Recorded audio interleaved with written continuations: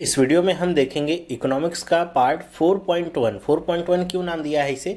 क्योंकि यहाँ से आज से मैं शुरू करूँगा बजट के अंतर्गत क्या क्या कंपोनेंट हैं जिनको आपको जानना चाहिए, और ख़ास तौर पे जिसकी डिमांड बहुत ज़्यादा है, जैसे फिस्कल डेफिसिट क्या होता है, प्राइमरी डेफिसिट क्या होता है। बहुत सारे लोग पूछते हैं कि इनको समझना है।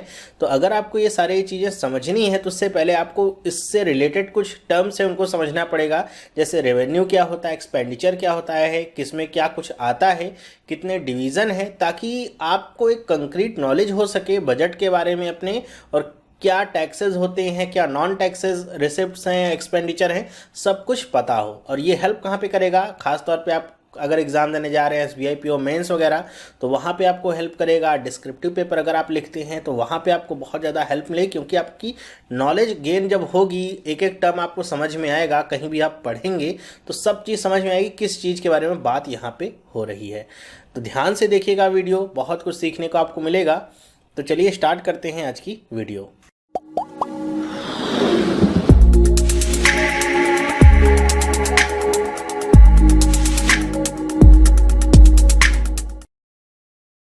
हेलो, मेरा नाम है चंद्रहास, स्टडी स्मार्ट में आपका स्वागत है। दोस्तों, जैसा कि मैंने आपको पहले ही बता दिया है कि इकोनॉमिक्स का ये पार्ट 4 नहीं 4.1 है। अभी इसमें बहुत सारे सब पार्ट्स आपको दूंगा। तो ये टोटल जो पूरा 4th पार्ट होगा ये बजट को लेकर के होगा, और बजट से रिलेटेड जितने भी कंपोनेंट हैं आप सब कुछ सीख जाएंगे। यहाँ पे आज हम डिस्कस क्या करेंगे, स्ट्रक्चर बजट का क्या होता है वो देखेंगे, और उस स्ट्रक्चर से एक हम प्राइमरी जो पार्ट होता है जिसे हम कहते हैं बजट रेसिट्स, उसको समझने का प्रयास करेंगे। उसके अंतर्गत क्या आता है, क्या कुछ बातें हैं जो आपको जाननी चाहिए, बहुत ही इंपॉर्टेंट है। तो चलिए देखते हैं। साथ ही साथ एक बात और बताता चलूँ आपको कि ये जो वीडियो है ये बैंक और SSC दोनों के लिए ही समान रूप से लाभदायक होगा, और ये जो वीडियो है मैं दोनों चैनल्स पे अपलोड करूँगा। तो अगर आप एक चैनल पे वीडियो देख लेंगे तो दूसरे पे आपको देखने की ज़रूरत नहीं पड़ेगी। समान रूप से दोनों के लिए ही ये काम करेगा। सबसे पहले ये देखिए, स्ट्रक्चर बजट क्या होता है कि ये आपका अगर प्राइमरी एक बजट है, बजट का मतलब आप समझते हैं, जैसे आप अगर घर में रहते हैं तो आपके घर का भी कुछ बजट होता है। बजट का मतलब ही क्या है कि आय और व्यय, दो चीज़ें ये क्या है बजट में सबसे इंपॉर्टेंट होती हैं। आय का मतलब क्या है कि आपके घर में कितना पैसा आ रहा है, व्यय का मतलब क्या है कितना पैसा खर्च हो रहा है। ठीक है, ये एक सिंपल मोटा मोटा एक स्ट्रक्चर है। तो ऐसे ही भारत सरकार जब बजट बनाती है पूरे देश के लिए, तो उसमें भी कुछ आय होती है और कुछ व्यय होता है, जो अलग अलग हिस्सों में डिवाइडेड होता है। तो जैसे घर में होता है, आय का स्रोत क्या होता है, जनरली जो आपके घर में कमाने वाले लोग हैं, चाहे वो आपके पापा हों, चाहे मम्मी हों, चाहे बड़े भाई हों, तो ये लोग क्या होते हैं, आय का एक हिस्सा होते हैं। मतलब यहाँ से आय मिलती है घर को। खर्च करने वाले बहुत सारे लोग होते हैं, छोटे से लेकर के बड़े तक सब खर्च करते हैं। वैसे ही सरकार को आय कहाँ से मिलती है, खर्च कहाँ पे होता है, ये सब भी हम जानने का प्रयास करेंगे।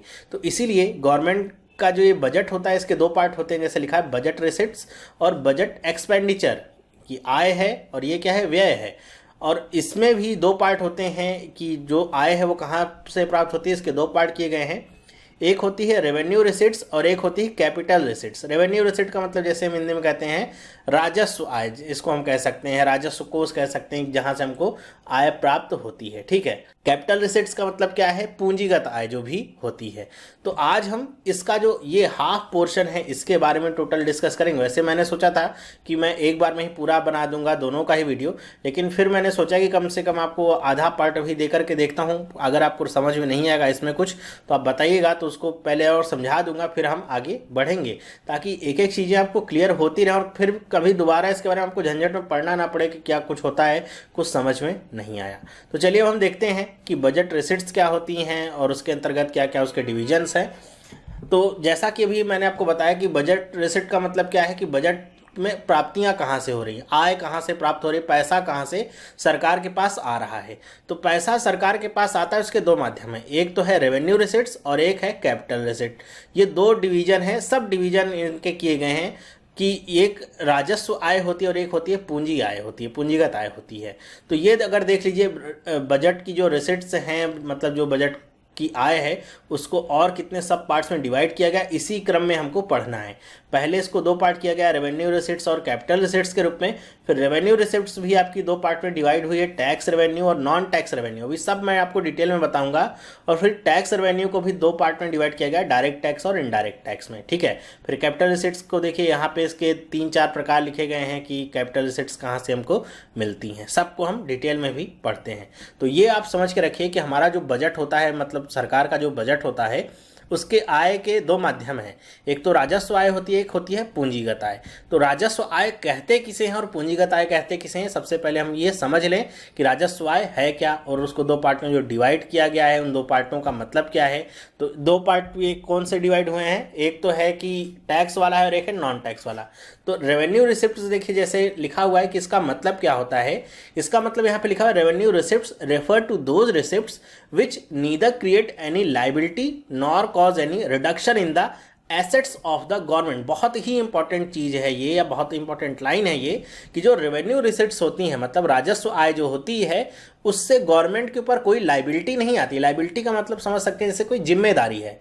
जैसे अगर आपने अपने दोस्त से कुछ पैसा लिया है तो आपकी ये जिम्मेदारी बन गई है कि जब आपके पास पैसा आएगा या जब भी आपने कहा है उसे देने के लिए, आपको पैसा लौटाना पड़ेगा, ठीक है। लेकिन अगर आपने अपनी मम्मी से पैसे लिए हैं, पापा से पैसे लिए हैं, तो वो आपकी लाइबिलिटी नहीं रहती है, ठीक है। आपको लगता है कि मम्मी पापा से लिए गए पैसे हमको लौटाने नहीं है। इसी तरह जो रेवेन्यू रिसिप्ट्स होते हैं, सरकार की वो आय होती है जिसमें सरकार की कोई लाइबिलिटी उत्पन्न नहीं होती। मतलब सरकार को किसी को उसको देना नहीं है कि मैंने आपसे पैसे लिए हैं तो मुझे आपको कुछ समय बाद कुछ पैसा इसको देना पड़ेगा, ऐसी कोई भी बात नहीं होती। और दूसरी इंपॉर्टेंट चीज़ क्या है इसमें, कि इससे जो भी आय प्राप्त होती है, इससे सरकार की जो एसेट्स हैं उसमें कोई रिडक्शन नहीं होता है। एसेट्स मतलब जो भी संप्राप्तियां हैं सरकार की, उसमें कोई भी रिडक्शन नहीं होता है। जैसे अगर आपको पैसे चाहिए तो आप क्या कर सकते हैं, आप अपना मोबाइल बेच दीजिए।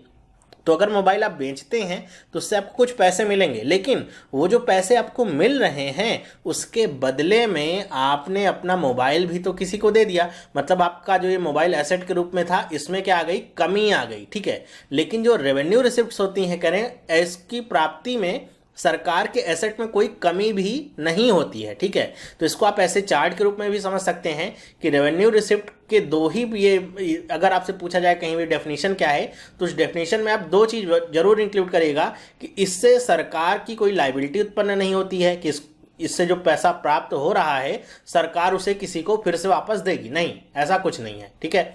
दूसरी बात यह है कि इससे सरकार की एसेट्स में कोई भी कमी नहीं होती है। ऐसा नहीं है कि सरकार को कुछ अपना बेचना पड़ रहा है या गिरवी रखना पड़ रहा है, कोई भी कमी नहीं होती है सरकार के एसेट्स में, ठीक है। एसेट्स का मतलब समझ सकते हैं संप्राप्तियां, या फिर कह लीजिए जैसे जो आपके पास वस्तुएं हैं उसे हम कह सकते हैं एसेट्स।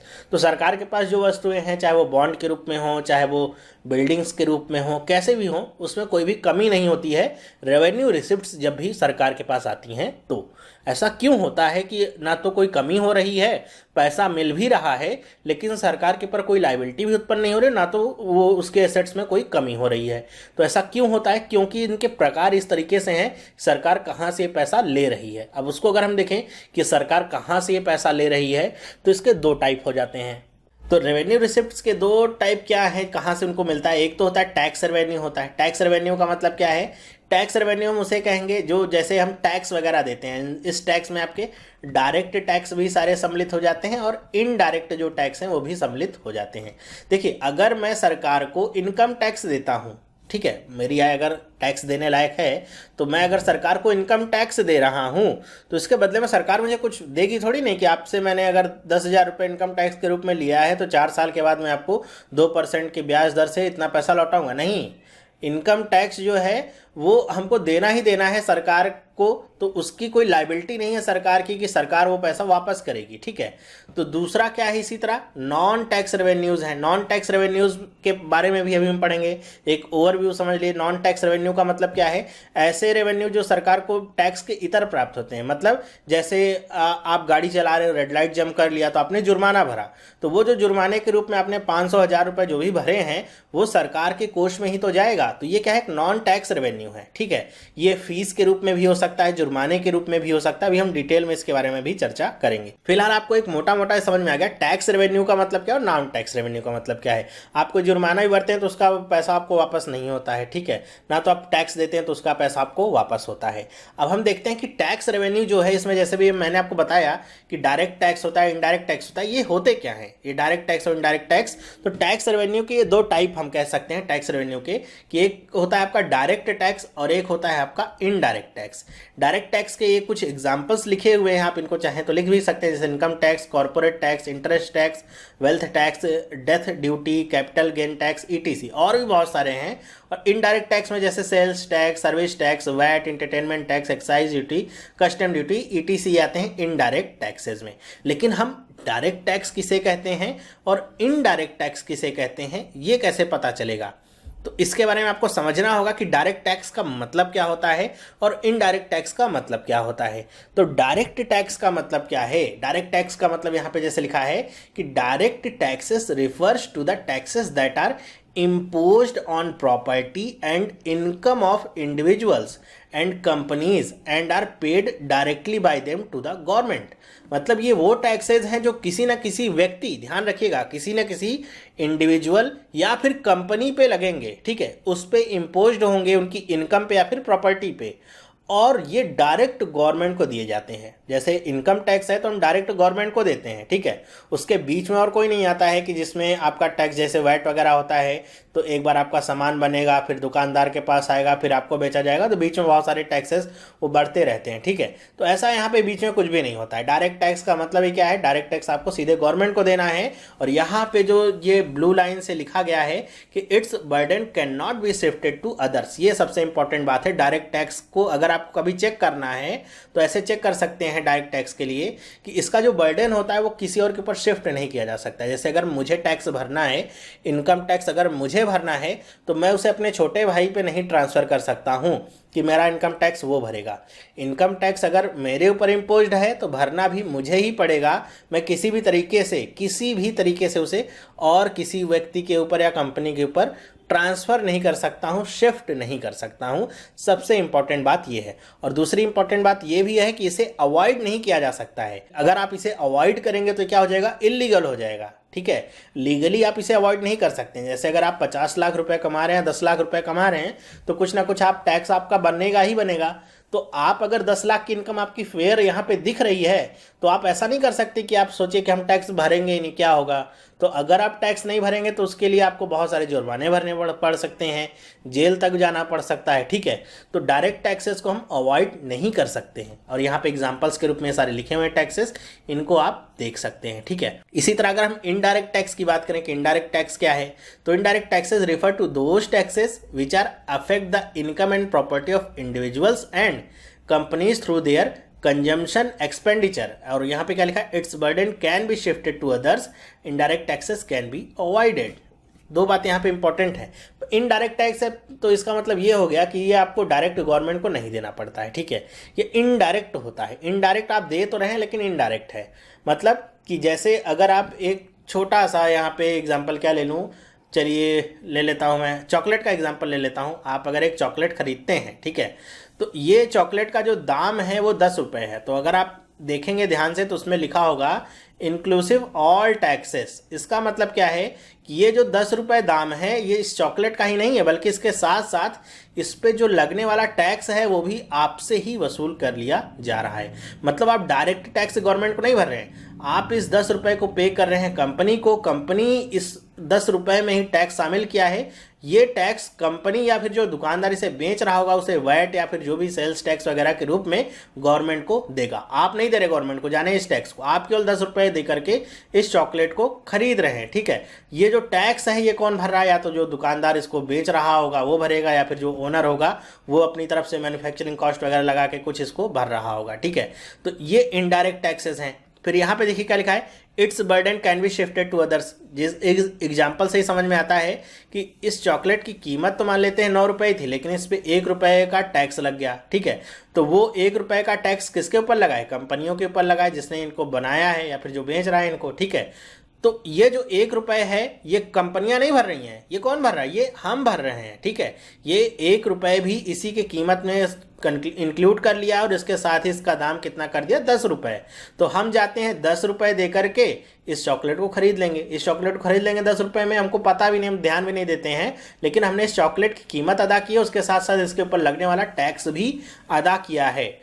टैक्स तो कंपनियों के ऊपर लगा था, लेकिन उन्होंने इस टैक्स को शिफ्ट कर दिया किसके ऊपर, जो भी कस्टमर है या फिर जो कंज्यूमर है उसके ऊपर। तो इस तरह के जो इनडायरेक्ट टैक्सेस होते हैं उसे शिफ्ट किया जा सकता है। फिर दूसरी लाइन जो यहाँ पे लिखी है, indirect taxes can be avoided. इसका मतलब क्या है, अवॉइड करने का मतलब क्या है कि भाई ऐसे नहीं हो सकता कि आप जाएंगे कहेंगे नहीं भाई मैं 9 रुपए ही दूंगा, 1 रुपए टैक्स वाला तुम अपनी जेब से भरो, मैं क्यों भरूं, ऐसे तो होता नहीं है। यहाँ पे अवॉइड करने का मतलब ये नहीं है कि आप 9 रुपए दे करके चले आएंगे, नहीं।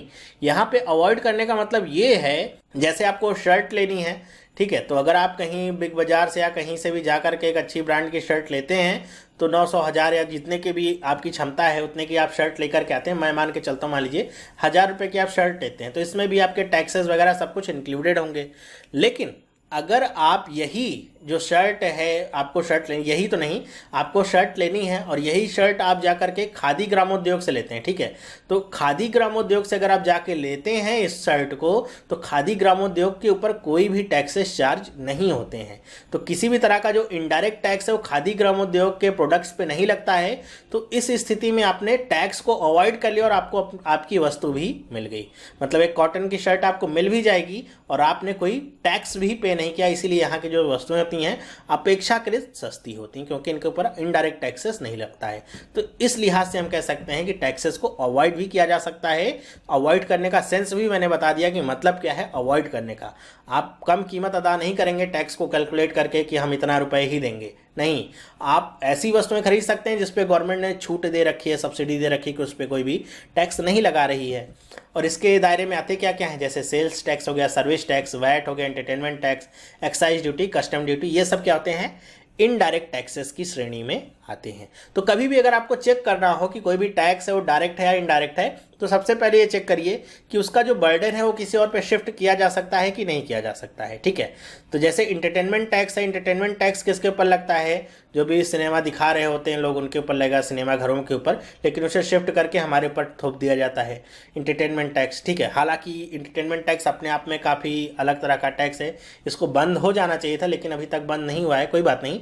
तो ये हमारे ऊपर ही थोपा जा रहा है, ठीक है, तो इसे शिफ्ट किया जा सकता है। लेकिन अगर इनकम टैक्स की मैं बात करूं या फिर मैं वेल्थ टैक्स की बात करूं या फिर कॉर्पोरेट टैक्स की बात करूं, तो उसे मैं किसी और कंपनी पर शिफ्ट थोड़ी नहीं कर सकता हूं। या फिर मेरा इनकम टैक्स है तो मैं किसी और के ऊपर उसे शिफ्ट थोड़ी नहीं कर सकता हूं, नहीं कर सकता। तो इसका बर्डन किसी और के ऊपर शिफ्ट नहीं किया जा सकता, तो वो क्या हो जाएगा, डायरेक्ट टैक्स। दूसरी बात क्या है कि इनडायरेक्ट टैक्सेस हैं, इनको अवॉइड भी किया जा सकता है, ठीक है। अवॉइड करने का मतलब क्या है, जैसे भी बताया था खादी ग्रामोद्योग वाला कि आप उसे अवॉइड कर सकते हैं, ठीक है। अगर डायरेक्ट टैक्स होगा तो उसे आप किसी भी तरीके से अवॉइड नहीं कर सकते हैं। अगर आपने 10 लाख रुपए कमाए हैं और उस पर आपका 10,000 रुपये का मान लीजिए आपका बनता है इनकम टैक्स किसी भी सूरत में, तो आप उसे ऐसे नहीं कह सकते कि नहीं भाई हम पे ही नहीं करेंगे, हमने तो सारा कुछ दान कर दिया, कुछ पैसा बचा ही नहीं। आप उसे इस तरह कर करके अवॉइड नहीं कर सकते हैं, जांच में आप पकड़े ही जाएंगे। लेकिन यहाँ पे तो आप लीगली उसे अवॉइड कर सकते हैं। अगर आप खादी ग्रामोद्योग से शर्ट खरीदें या कोई भी प्रोडक्ट खरीदें, वो टैक्स फ्री ही रहेगा और आपको आसानी से मिल जाएगा, ओके। या फिर जैसे कुछ पिक्चर्स भी होती हैं, गवर्नमेंट उन्हें क्या कर देती है, टैक्स फ्री। तो ऐसी मूवीज़ अगर आप देखते हैं तो वहाँ भी आप इस टैक्स को अवॉइड कर सकते हैं, आपको एंटरटेनमेंट टैक्स नहीं देना पड़ रहा है, आप आसानी से वो मूवी देखिए जो टैक्स फ्री है। तो ऐसे केस में आप मूवी भी देख लेंगे और वो टैक्स फ्री होगी, आपने कोई इनडायरेक्ट टैक्स भी नहीं दिया है। तो मेरे ख्याल से आपको बहुत ही अच्छी तरीके से और आसानी के साथ ये समझ में आ गया होगा एग्जाम्पल्स के थ्रू, इसलिए मैंने समझाया है। आगे हम देखते हैं नॉन टैक्स रेवेन्यूज़ क्या होते हैं। अभी तुमने टैक्स की बात कर ली, टैक्स में भी डायरेक्ट और इनडायरेक्ट समझ लिया क्या होता है। अब आ जाते हैं कि ऐसे रेवेन्यूज सरकार को जो आय होती है जो टैक्स के इतर है, मतलब टैक्स के अलावा और सरकार को कहाँ कहाँ से पैसा मिलता है। तो पहला जो है वो क्या है, लाइसेंस फी। लाइसेंस फी का मतलब कि गवर्नमेंट बहुत सारे ऐसे लाइसेंस और परमिट्स देती है जिसके एवज में गवर्नमेंट क्या लेती है, फीस लेती है। जैसे अगर आप ड्राइविंग लाइसेंस बनवाने जाते हैं तो वहाँ पे आपको एक अमाउंट देना पड़ता है सरकार की तरफ से, जो तय अमाउंट है 60 रुपये 120 रुपये जो भी है आप वो भरते हैं। लेकिन मुझे पता है आप उससे ज़्यादा भरते हैं, लेकिन एक गवर्नमेंट की तरफ से 120 रुपये अमाउंट है, तो वो 120 रुपये गवर्नमेंट की लाइसेंस फी हो गई, तो वहां से गवर्नमेंट को नॉन टैक्स रेवेन्यू मिला और इस पर कोई लाइबिलिटी भी उत्पन्न नहीं हुई सरकार को। ठीक है, जैसे परमिट्स वगैरह होती हैं, जैसे आप देखते हैं ट्रक वगैरह चलती हैं तो उनको नेशनल परमिट दी जाती है कि पूरे देश भर में वो आवागमन कर सकते हैं, या फिर अगर आप कोई जैसे सर्विस टैक्स वगैरह होता है, इनका आप परमिशन लेते हैं तो इन पर भी आपको कुछ ना कुछ फ़ी देनी पड़ती है, या फिर अगर आप बंदूक या गन वगैरह ये सब अगर अपने पास रखना चाहते हैं तो उसका एक लाइसेंस लेना पड़ता है सरकार से, या फिर जैसे कुछ मादक पदार्थ वगैरह हैं जैसे शराब वगैरह है, इसकी अगर आपको दुकान खोलनी है तो उसके लिए बाकायदा सरकार से परमिशन लेनी पड़ती है, लाइसेंस लेना पड़ता है, बिना लाइसेंस के आप चला नहीं सकते। तो वो लाइसेंस के तौर पे जो आप पैसा देंगे वो सरकार के नॉन टैक्स रेवेन्यू में जाएगा और सरकार के बजट में या फिर सरकार के एसेट्स में कोई भी कमी नहीं होगी उससे, ना तो सरकार की कोई लायबिलिटी उत्पन्न होगी। फिर दूसरा क्या है नॉन टैक्स रेवेन्यू में, गिफ्ट या ग्रांट्स। सरकार को बहुत दूसरे गवर्नमेंट की तरफ से बहुत सारे गिफ्ट वगैरह भी मिलते हैं। अगर जैसे प्रधानमंत्री नरेंद्र मोदी कहीं पर गए तो प्रधानमंत्री को कुछ गिफ्ट मिलेगा, या फिर कोई बाहर से आएगा यहाँ पे तो कुछ देगा गिफ्ट महंगे, तो उससे भी सरकार को कुछ ना कुछ आय प्राप्त होती है। और ग्रांट्स में हम कह सकते हैं, ग्रांट्स का मतलब लोन वगैरह मत समझिएगा, ग्रांट्स का क्योंकि लोन हो जाएगा तो वहाँ पे लाइबिलिटी होती है। ग्रांट्स का मतलब ऐसा है कि जैसे भारत में सुनामी आ गई या फिर भयंकर भूकंप आ गया, आधे से ज़्यादा भारत चपेट में आ गया, तो बाहर से या विदेश से जो लोग सरकार की मदद करेंगे वो ग्रांट होगा, वो सरकार को लोन नहीं देंगे, वो सरकार की मदद करेंगे, उनको दे देंगे पैसा कि आप इतने हज़ार या इतने करोड़ डॉलर रखिए अपने पास, अपने देश का विकास करिए, अपनी स्थिति को उबारने का प्रयास करिए, तो वो ग्रांट होगी, तो वहाँ से भी सरकार को नॉन टैक्स रेवेन्यू प्राप्त होती है। तीसरा जो है वो क्या है, फाइन एंड पेनल्टीज़ का पार्ट है। फाइन एंड पेनल्टी जैसे मैंने आपको बताया कि अगर आप सरकार जो हमारी भारत सरकार है इसके द्वारा चलाए जा रहे किसी भी नियम या कानून का उल्लंघन करते हैं तो आपको जुर्माना भरना पड़ता है। जैसे कहते हैं कि सार्वजनिक जगह पे अगर आप धूम्रपान करते हैं तो आपको जुर्माना भरना पड़ेगा 500 रुपये का, तो अगर आप ऐसे करते पकड़े जाएंगे तो 500 रुपये जो आप भरेंगे वो सरकार के खाते में जाएगा, उसके कोष में जमा होगा। या फिर अगर आप रेड लाइट जंप करते हैं तो सरकार के कोष में जमा होगा, जो भी आपकी पेनल्टी लगेगी। बिना लाइसेंस के गाड़ी चला रहे हैं तो जुर्माना हो सकता है आपके ऊपर, तो भी सब सरकार के पास ही जाता है। तो किसी भी तरह की पेनल्टी या फाइन्स होते हैं वो भी एक बड़ा हिस्सा होते हैं नॉन टैक्स रेवेन्यू का। फिर जैसे चौथा है क्या, फ़ी में क्या क्या आ जाते हैं, जैसे कोर्ट फ़ी होती है। अगर आप मुकदमा लड़ने जाते हैं तो वहाँ पे आपको सबसे पहले कोर्ट फ़ी देनी होती है कि कोर्ट की कुछ फ़ीस होती है, तो वो जो कोर्ट की फ़ीस होती है, अदालत की जो फ़ी होती है, वो भी सरकार के नॉन टैक्स रेवेन्यू का हिस्सा होती है। किसी भी तरह का रजिस्ट्रेशन फ़ी होता है, चाहे वो आप कोई कंपनी रजिस्टर करा रहे हो, सोसाइटी रजिस्टर करा रहे हो, मैगजीन या अखबार चलाना चाह रहे हो, कोई भी रजिस्ट्रेशन होता है तो उसकी जो फ़ी होती है वो भी सरकार के खाते में जाती है। पोर्ट फ़ी हो गई, ये सब क्या है, सरकार के नॉन टैक्स रेवेन्यू का हिस्सा है। इसमें कुछ चीज़ें और हैं, जैसे इंटरेस्ट का मतलब क्या है कि भारत सरकार कई बार राज्यों को लोन देती है, तो उन लोन का जो इंटरेस्ट होता है जो राज्य सरकारें भारत सरकार को देती है वो भी सरकार के एक नॉन टैक्स रेवेन्यू का हिस्सा है। वो लोन का जो इंटरेस्ट आ रहा है उससे सरकार को कोई लायबिलिटी नहीं उत्पन्न हो रही, ना तो सरकार के एसेट में कमी हो रही है। हाँ, अगर जैसे सेंट्रल गवर्नमेंट है, सेंट्रल गवर्नमेंट ने अगर यूपी की सरकार को 1000 करोड़ का लोन दे दिया, ठीक है, तो 1000 करोड़ के लोन पे मान लेते हैं कि 10 करोड़ का ये इंटरेस्ट बनता है हर साल के हिसाब से, तो ये जो 10 करोड़ रुपए हर साल यूपी की गवर्नमेंट सेंट्रल गवर्नमेंट को देगी, ये क्या होगा, इंटरेस्ट के रूप में नॉन टैक्स रेवेन्यू प्राप्त होगा सरकार को। ठीक है, तो लोन नहीं पे कर रही है, इंटरेस्ट पे कर रही है, तो ये नॉन टैक्स रेवेन्यू होगा। लोन अगर पे होगा तो उसके बारे में क्या होगा, ये हम आगे समझने का प्रयास करेंगे। फिर क्या है, प्रॉफिट एंड डिविडेंड्स, कि सरकार की बहुत सारी गवर्नमेंट अंडरटेकिंग्स होती हैं, जैसे इंडियन रेलवेज़ हो गई या फिर LIC हो गई, बहुत सारे जो पब्लिक सेक्टर के बैंक वगैरह हैं, तो इनके जो भी प्रॉफिट या डिविडेंड प्राप्त होता है सरकार को, उससे भी एक नॉन टैक्स रेवेन्यू प्राप्त होता है सरकार को, इससे भी बहुत सारी आय प्राप्त होती है। ध्यान रखिए, यहाँ पे सरकार कोई शेयर वगैरह नहीं बेच रही। हाँ, ये जो कंपनियां हैं गवर्नमेंट की, जैसे इंडियन रेलवे, LIC, भेल या फिर जो पब्लिक सेक्टर के बैंक वगैरह, इनके जो प्रॉफिट्स हैं ये किसके प्रॉफिट हैं, सरकार सबसे बड़ा शेयर होल्डर होती है इसमें, तो सरकार का जो प्रॉफिट इसमें आता है वो क्या है, एक नॉन टैक्स रेवेन्यू के रूप में प्राप्त होता है। आखिरी देखिए क्या लिखा है, एस चीट्स का मतलब क्या है, यहाँ पे से भी सरकार को आय प्राप्त होती है नॉन टैक्स। ये क्या है, इसका मतलब कि अगर कोई व्यक्ति है वो मर गया और मरने से पहले उसने अपना उत्तराधिकारी घोषित नहीं किया, ना तो के कोई लड़के रहे होंगे ना तो कोई लड़की रही होगी जो उसके जायदाद पे या फिर जो भी उसकी प्रॉपर्टी उस पर क्लेम कर सके, और ना तो उसने कोई विल बनाई होगी कि मेरे कोई बेटा या बेटी नहीं है तो मेरे मरने के बाद मेरी जो प्रॉपर्टी वो इनके नाम कर दी जाए। बिना विल बनाए अगर कोई पर्सन मर जाता है और उसका कोई भी लीगल उत्तराधिकारी नहीं होता है तो ऐसे लोगों की जो प्रॉपर्टी होती है वो सरकार की हो जाती है। ठीक है, सरकार उस पर अपना कब्जा कर लेती है और सरकार की ज़मीन हो जाती है, तो वहाँ से भी गवर्नमेंट को रेवेन्यू प्राप्त होता है। तो ये थे नॉन टैक्स रेवेन्यू जो मैंने आपको बताए। मेरे ख्याल से आपको सब समझ में आ गया होगा कि नॉन टैक्स रेवेन्यूज़ क्या क्या हैं। ओके, अब आगे हम पढ़ते हैं, देखते हैं कि अभी तक हमने क्या पढ़ा, रेवेन्यू रिसिट्स क्या थे। रेवेन्यू रिसिट्स के बाद हम पढ़ते हैं कैपिटल रिसिट्स क्या है। कैपिटल रिसिट्स का मतलब क्या होता है कि ऐसी रिसिट्स जैसे वहाँ पे था कि ना तो कोई लायबिलिटी उत्पन्न होती थी ना तो कोई एसेट में डिक्रीज होता था, लेकिन कैपिटल रिसिट्स ऐसी रिसिट्स होती हैं जिससे सरकार को या तो लायबिलिटी उत्पन्न होगी या फिर उसकी जो एसेट्स हैं उसमें कमी होगी, तभी वो पैसा उसको मिल पाएगा। ठीक है, जैसे भी मैंने आपको बताया था कि मोबाइल अगर आप बेचेंगे तो आपका मोबाइल चला गया, पैसे भले ही आपको मिला लेकिन मोबाइल तो आपका चला गया, एसेट्स में आपकी कमी आ गई।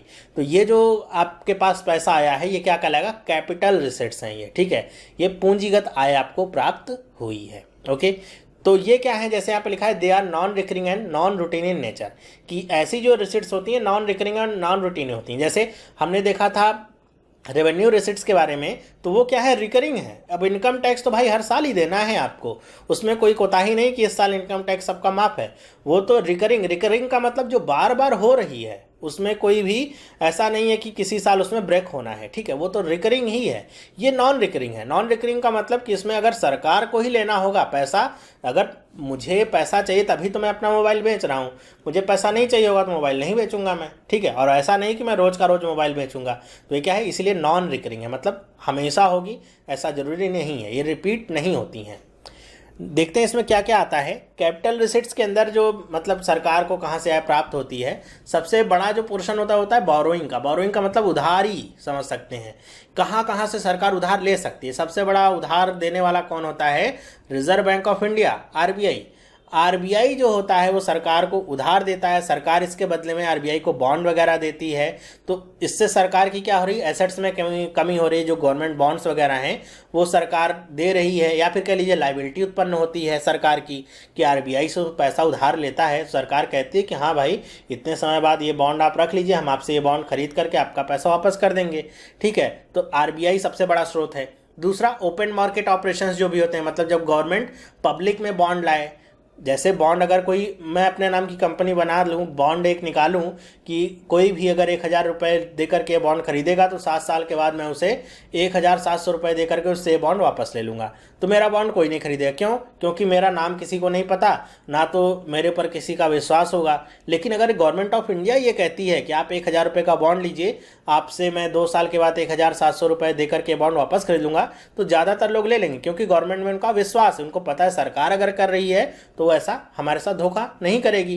तो ओपन मार्केट ऑपरेशंस के जरिए भी सरकार आय प्राप्त करती है डिफरेंट तरह के बॉन्ड्स वगैरह निकाल करके। लेकिन इससे क्या है, लायबिलिटी उत्पन्न हो रही है।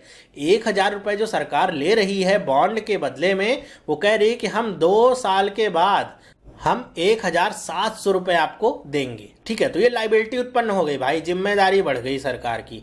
1,000 रुपये लिया, 2 साल बाद 1,700 वापस करना है, लायबिलिटी बढ़ गई। इसीलिए क्या है, कैपिटल रिसिट्स है। और जो बड़े बड़े हमारे इंटरनेशनल इंस्टीट्यूशंस हैं, जैसे वर्ल्ड बैंक या आईएमएफ, आपको पता ही है कि सबसे ज़्यादा लोन लेने वाले देशों में आता है भारत, वर्ल्ड बैंक और आईएमएफ से। तो यहाँ से जो लोन प्राप्त होता है हमको, वो भी क्या है, लायबिलिटी क्रिएट करता है। वर्ल्ड बैंक और आईएमएफ फ्री में लोन नहीं देता है कि भाई जितना पैसा चाहिए ले जाओ, हमको वापस ही नहीं करना, कुछ नहीं चाहिए, ऐसा नहीं है। अगर देखा जाए तो हर एक भारतीय के ऊपर अभी बहुत सारा कर्ज लदा हुआ है, सबके सर पे बहुत सारा कर्ज है वर्ल्ड बैंक और आईएमएफ का। तो यहाँ से भी हमको पैसा तो प्राप्त होता है, लेकिन लायबिलिटी हमारी बढ़ जाती है, क्योंकि लोन के रूप में प्राप्त हुआ है तो लोन चुकाना भी पड़ेगा। फिर क्या है, फॉरेन गवर्नमेंट्स के ऊपर, फॉरेन गवर्नमेंट से भी हमको बहुत सारा पैसा मिलता है।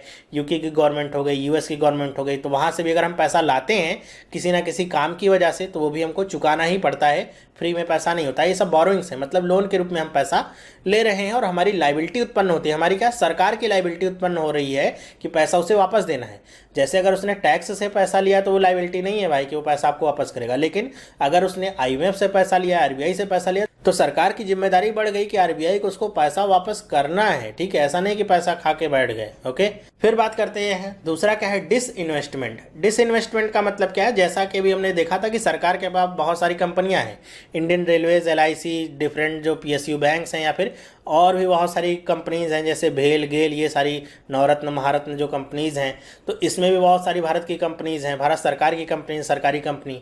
तो इन सब कंपनियों में जब सरकार अपना शेयर बेचती है, जैसे अगर मैं कह लूँ सरकार किसी कंपनी में 70% की मालिक है, ठीक है, तो अगर सरकार कहती है कि हम इस 70% का 10% बेचेंगे, जैसा कि अभी होने जा रहा है बहुत सारी कंपनियों के लिए, तो ये जो 10% वो अपना शेयर बेच रही है, इससे उसको भले ही हजारों करोड़ का यहाँ पे फायदा हो रहा हो या फिर हजारों करोड़ रुपए उसको मिल रहे हो, जैसे कह रही 10% शेयर बेच करके हमको 20,000 करोड़ रुपए मिलेंगे, लेकिन 20,000 करोड़ रुपए तो मिल रहे हैं, लेकिन 10% सरकार का शेयर भी तो कम हो रहा है। मतलब ऐसा नहीं कि केवल 20,000 करोड़ रुपए मिल रहे हैं, सरकार की जो एसेट है उसमें कमी हो रही है, इसीलिए क्या है, कैपिटल रिसिट्स है। ओके, तो ये समझ के रखिएगा, बोरोइंग और डिसइन्वेस्टमेंट। इसमें तीसरा जो पॉइंट है, इसमें बहुत सारी चीज़ें हैं कैपिटल रिसिट्स में, जैसे पोस्ट ऑफिस डिपॉजिट्स हो गए, या फिर नेशनल सेविंग सर्टिफिकेट्स जो गवर्नमेंट ऑफ इंडिया निकालती है, जिसके तहत आप सेव कर सकते हैं पैसा, किसान विकास पत्र, या फिर ये जो देखिए क्या है, रिकवरी ऑफ लोन, जिसके बारे में हमने बात की थी, यूपी सरकार ने लोन लिया है अगर, रिकवरी ऑफ लोन, ये भी एक सरकार के एसेट में कमी लाता है। जैसे भी कहा था कि 1,000 करोड़ का लोन मान लीजिए यूपी को मिला हुआ है, तो जब ये 10 करोड़ रुपए इसका दे रहा है यूपी गवर्नमेंट सेंट्रल गवर्नमेंट को एज अ इंटरेस्ट, तब तो वो क्या है, रेवेन्यू रिसिट्स है, ठीक है। लेकिन अगर वो इस 1,000 करोड़ रुपए में से 500 करोड़ रुपए वापस कर रहा है गवर्नमेंट को, तो ये क्या है, कैपिटल रिसिट्स है। थोड़ा सा सर चकरा सकता है क्या कह रहा हूं मैं, कि अगर ये इंटरेस्ट देता है तब तो सरकार की कोई लायबिलिटी उत्पन्न नहीं हो रही, ना तो एसेट में कमी आ रही है, लेकिन अगर इसने 1,000 करोड़ में से 500 करोड़ सरकार को वापस कर दिए, तो देखिए सरकार का जो 1,000 करोड़ का लोन था, जिसपे उसको जो एक तरीके से एसेट के रूप में काम कर रहा था सरकार के, कि जिससे उसको 10 करोड़ रुपए का इंटरेस्ट प्राप्त हो रहा था, उसमें कमी हो गई। अब सरकार का केवल 500 करोड़ का लोन रह गया, जिससे उसको केवल 5 करोड़ रुपए अब मिलेंगे। तो ये क्या ला दिया, एसेट में कमी। तो जब भी सरकार लोन की रिकवरी करेगी विभिन्न राज्य सरकारों से या केंद्र शासित सरकारों से, या फिर अलग अलग डिपार्टमेंट से, जहां भी जिसको सरकार ने लोन दिया होगा, तो वो जो उससे पैसा प्राप्त होगा, हाँ, लोन से पैसा जो रिकवर हो रहा है प्राप्त होगा, लेकिन उससे सरकार के एसेट्स में कमी होगी, तो वो क्या कहलाएगा, कैपिटल रिसिट्स के अंतर्गत आता है। ओके, तो 3 बड़े यहाँ पे फैक्टर्स हैं, पहला है बोरोइंग, दूसरा है डिसइन्वेस्टमेंट, और तीसरा है रिकवरी ऑफ लोन, और ये सब छोटे छोटे पार्ट हैं कैपिटल रिसिट के। मेरे ख्याल से ये आपको समझ में आया होगा। तो ये था हमारा अभी पहला पार्ट, एक तरीके से समझ सकते हैं। अभी यहाँ पे एक स्लाइड खाली है, इसमें मैं आपको क्या बताने वाला था, हाँ, इसमें आपको बताने वाला था कि टैक्सेस के भी 2 प्रकार होते हैं। टैक्सेस 2 तरीके से लगाए जा सकते हैं। एक होता है प्रोग्रेसिव टैक्स, एक मतलब टैक्स लगाने का तरीका एक है प्रोग्रेसिव है, और एक है रिग्रेसिव, ठीक है।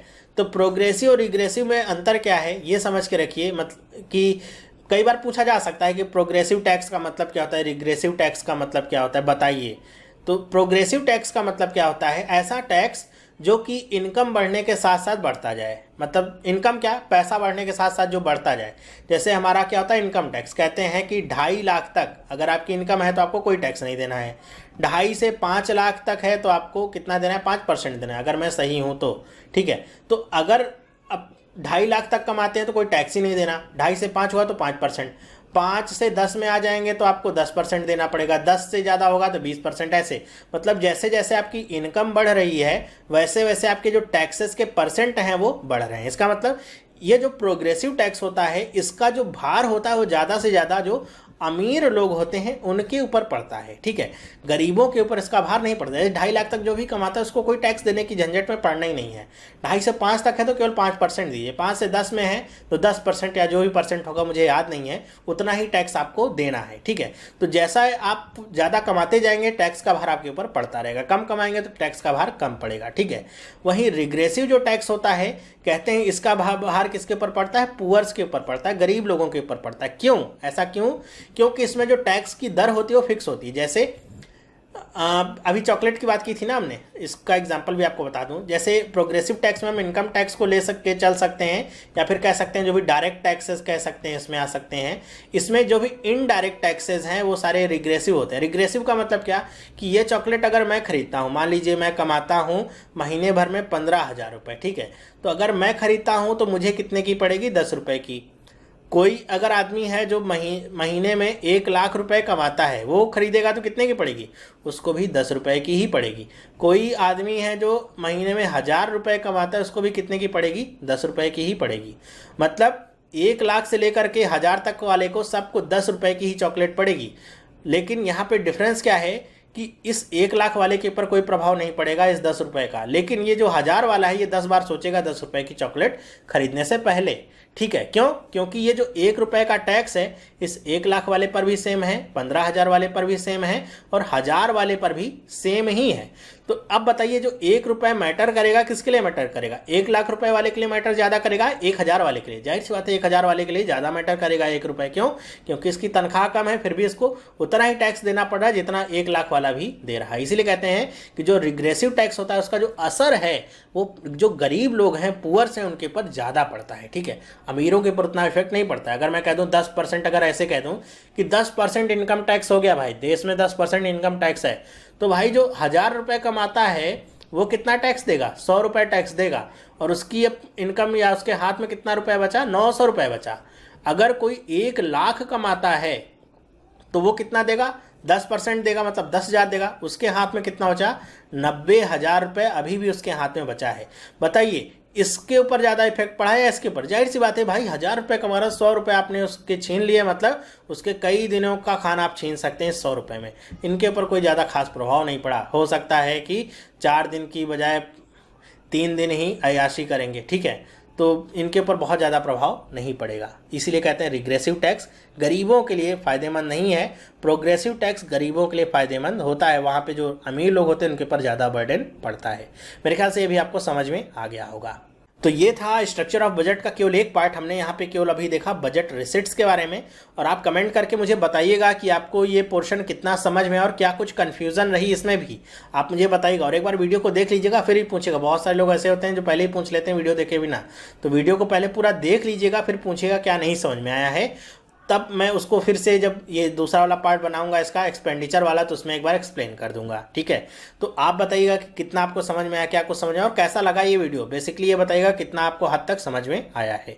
और वीडियो अगर पसंद आया है तो इसे लाइक करना ना भूलें, और अपने दोस्तों के साथ भी जरूर शेयर करें। और ये जो वीडियो है ये बैंक के लिए जितना लाभदायक है उतना ही लाभदायक SSC वालों के लिए भी है। ओके, दोनों के लिए समान रूप से लाभदायक होगा, दोनों के लिए बहुत ही फायदेमंद रहेगा एग्जाम के पॉइंट ऑफ व्यू से। ओके, तो इस वीडियो में बस इतना ही। अब हम मिलेंगे नेक्स्ट वीडियो में। अगर आप इस चैनल पर नए हैं, पहली बार इस वीडियो को देख रहे हैं, तो आप भी इस चैनल को सब्सक्राइब कर सकते हैं, जिससे इस तरह की वीडियोस आपको मिलती रहेंगी और आपकी प्रिपरेशन और से और अच्छी होती रहेगी। अब हम मिलेंगे नेक्स्ट वीडियो में, तब तक के लिए have a nice day and bye.